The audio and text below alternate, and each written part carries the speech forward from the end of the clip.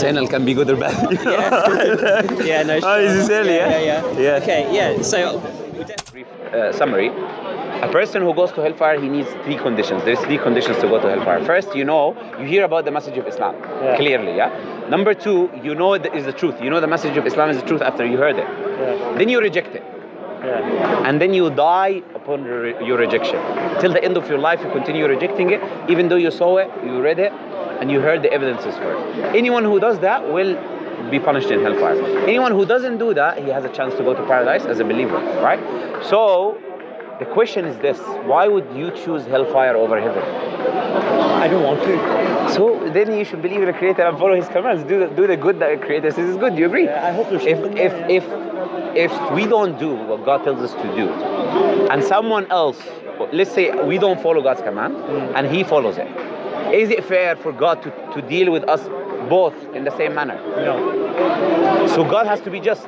So in order for us to ascertain paradise, we have to do and act upon God's commands. I understand. That's why Muslims act upon God's commands. We pray 5 times a day because God said pray 5 times a day. Therefore, by default, is good. If God said don't eat alcohol, don't drink alcohol, or don't eat pork, by default that's bad because God is the one who determines what is good and bad. Right. But if we don't take it from God, then it's just opinions, right? Yeah. You have people disagreeing with you. You might say alcohol is good. Someone else says alcohol is bad. I don't drink alcohol. So. Yeah, you say you think it's bad? My father told me not to drink alcohol. If you go to someone else, how many people here drink alcohol? The majority, right? They will tell you it's good. I got a lot of Muslim friends who drink alcohol. Yeah, there is as well. These people are not following the commands of God, right? So Islam is perfect, not Muslims. Muslims, they make mistakes. They make they do wrong things. Now I give you a very brief summary because you need to go. Yeah. I don't want to keep you more than you should be. Islam, this is a gift for you. Yeah, thank These you two things are good for you. The Qur'an and something else, it's gifts for you. Now, the message of Islam is very simple. When you read the Qur'an, by the way, try to ponder upon it, meaning understand what God is saying, more than just reading it and going through it, right? So, in Islam, we believe there is one creator. We believe that creator is not a human. It's not a man, it's not a woman, it's not an idol, he doesn't die. Good, very good. We believe the creator created everything, all powerful, all knowing. He's in everything that we are, in everything. We don't believe that. I'll tell you why. Just believe it's we believe he's separate. I'll tell you why. If I make this camera, do I become the camera? No, it's a man-made camera. No, but if I make it, do I become the camera? No. So I'm separate from the camera. I have to exist first to make it. So that's quite similar to what Hindus do, the way they believe God's in everything. That's pantheism. Yes, Hindus would worship a statue or a cow. And I don't know if you know much about the Sikh religion and about the gurus. I do, yeah. I think it was the second guru. There's similarities as well. The second guru said, do not worship false idols. But do you understand the points I'm making? I do. For God to create the universe, God has to exist first, then create the universe. Do you agree? Yeah. If He existed before creating the universe, He cannot be inside the universe because there was no universe.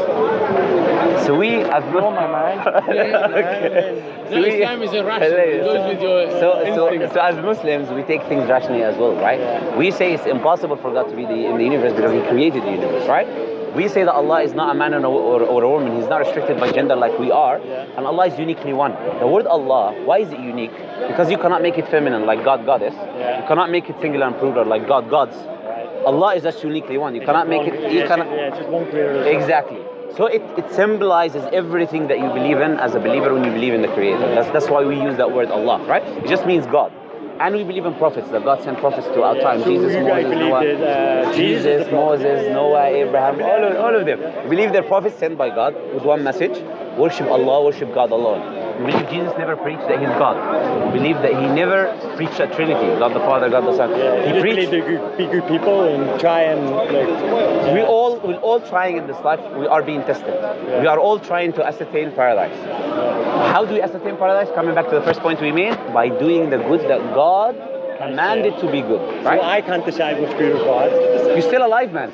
If you follow the Qur'an, you'll be good. Don't worry about it. Listen. We're both alive, we have a chance. We have a chance. You explain things very well. I hope so. And you're a gentleman, me. I hope so. You're a very nice guy. You're very nice guy. I hope you can come next time. We can have another discussion. Whenever you have time. Yeah, 100%. I'm from Ireland. 100%. Yeah. Nice talking to you. I live in England.